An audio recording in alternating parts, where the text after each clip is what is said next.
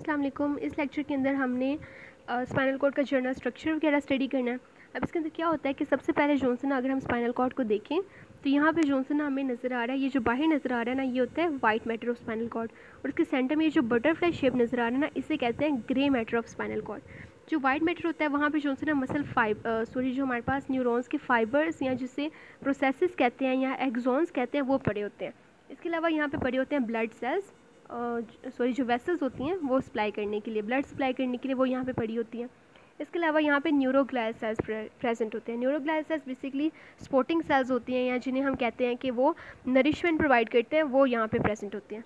अगर ये grey matter की बात करें तो ग्रे मैटर के अंदर हमारे पास जो न्यूरॉन्स हैं उनकी सेल बॉडीज़ यहाँ पे पड़ी होती हैं। यानी अगर हम न्यूरॉन को देखें तो एक तो हमारे पास न्यूरॉन की सेल बॉडी होती है, ठीक है। उसके अलावा हमारे पास होता है उसका प्रोसेस।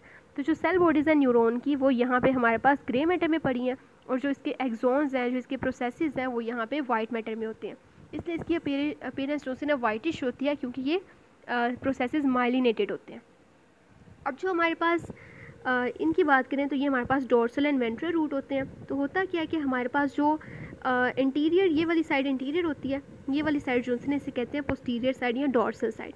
जो हमारे पास इंटीरियर साइड होती है यहाँ की, जो हमारे पास वाइट ग्रे कॉलम, ये जो इंटीरियर साइड पे ये वाले जो कॉलम्स होते हैं इन्हें कहते हैं इंटीरियर ग्रे कॉलम, और ये जो पीछे होते हैं इन्हें कहते हैं पोस्टीरियर ग्रे कॉलम्स।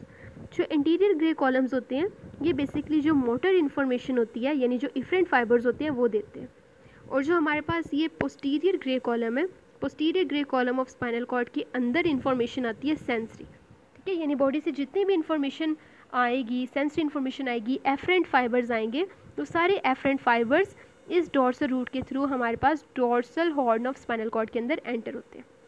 और जितनी भी इन्फॉर्मेशन हमारे ब्रेन से जाएगी, स्पाइनल कॉर्ड से निकल रही होगी, वो जो हमारे पास यहाँ पे ये वेंट्रल रूट प्रेजेंट है, जो सेंसरी रूट है या जिससे इफरेंट फाइबर्स निकल रहे हैं, वो इधर से जाएंगे, ठीक है। तो इसे याद रखने के लिए वही निमोनिक है हमारे पास DAVE, देव, ठीक है। तो डेव से हमने याद रखना है, डी से यानी डोर्सल साइड पे एफरेंट इन्फॉर्मेशन, यानी जो डोर्सल रूट है ये वाली, यहाँ से afferent information, A for afferent information अंदर एंटर हो रही है।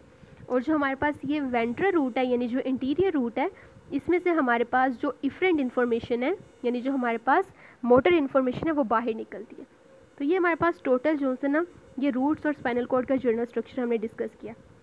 अब अगर हम वापस आ जाएं, अब अगर उस नर्व को दोबारा डिस्कस करें तो हमारे पास ये इस डायग्राम में शो किया हुआ है कि ये हमारे पास वेंट्रल रूट है और ये हमारे पास डोर्सल रूट है, ठीक है। डोर्सल रूट में ये जो स्ट्रक्चर हमें यहाँ पे नज़र आ रहा है इसे कहते हैं डोर्सल रूट गैंग्लियन।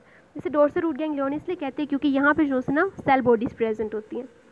अब जो हमारे पास ये डोर्सल और वेंट्रल रूट है ना, जब इनके फाइबर्स यहाँ पे मिलते हैं ना, तो ये मिलके हमारे पास स्पाइनल नर्व्स बनाते हैं। यानी यहाँ से वेंट्रल रूट के फाइबर्स यहाँ से बाहर निकल रहे हैं, डोर्सल रूट के फाइबर्स इधर से अंदर एंटर हो रहे हैं। ये फाइबर्स जब यहाँ पे मिलते हैं तो ये हमारे पास एक मिक्स्ड नर्व बनाती है जिससे हम कहते हैं स्पाइनल नर्व। अब ये जो मिक्स्ड नर्व या स्पाइनल नर्व है ये आगे से मज़ीद 2 रैमस में डिवाइड हो जाती है, एक इंटीरियर रैमस और एक डोर्सल रैमस। अब जो हमारे पास डोर्सल रैमस है यानी जो ये वाला रैमस है, जो डोर्सल रैमस है उससे जो से सारी इन्फॉर्मेशन जो है ना वो पीछे चली जाती है बॉडी में, और वो जाके हमारे मसल्स और स्किन वगैरह को डोर्सल साइड ऑफ बॉडी पे सप्लाई करती है। लेकिन जो हमारे पास ये वेंट्रल रैमस है ना, वेंट्रल रैमस क्या करता है, ये आगे आके हमारे पास जो हमारे पास नेक के रीजन होता है और जो अपर लिम्ब का रीजन होता है वहाँ पे ना ये प्लेक्सिस बनाता है। नेक के रीजन में बनाएगा सर्वाइकल प्लेक्सिस और ब्रेकियल प्लेक्सिस बनाता है।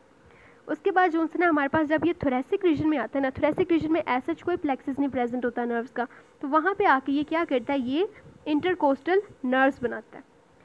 जब आ जाते हैं हमारे पास स्पाइनल कॉर्ड के लंबर और सैक्रल सेगमेंट से, जब ये हमारे पास वाइट रैमस ओरिजिनेट करता है, वहाँ पे आके ये हमारे पास लंबर और सैक्रल प्लेक्सिस बनाता है। तो टोटल 4 प्लेक्सिस हमारी बॉडी पे बनते हैं और वो सारे हमारे पास ये वेंट्रल रैमस से ओरिजिनेट करते हैं। तो एक हमारे पास नेक में प्रेजेंट होता है सर्वाइकल प्लेक्सिस, एक हमारे पास होता है अपर लिम्ब का ब्रेकियल प्लेक्सिस, नीचे आ जाती है लंबर प्लेक्सिस और सैक्रल प्लेक्सिस। तो जो सेंटर में हमारे पास थोरेसिक रीजन है, थोरेसिक रीजन में कोई प्लेक्सिस नहीं बन रहा होता। थोरेसिक रीजन में क्या होता है कि हमारे पास ये जो वेंट्रल रैमस होता है यानी जो रेप वाला रैमस है, ये क्या करता है कि ये जो सा हमारे पास ये वाला वेंट्रल रैमस ये इंटरकोस्टल नर्व्स को ओरिजिन देता है। तो हमारे पास टोटल स्पाइनल नर्व थी और जो स्पाइनल कॉर्ड का एक जर्नल सा इंट्रो।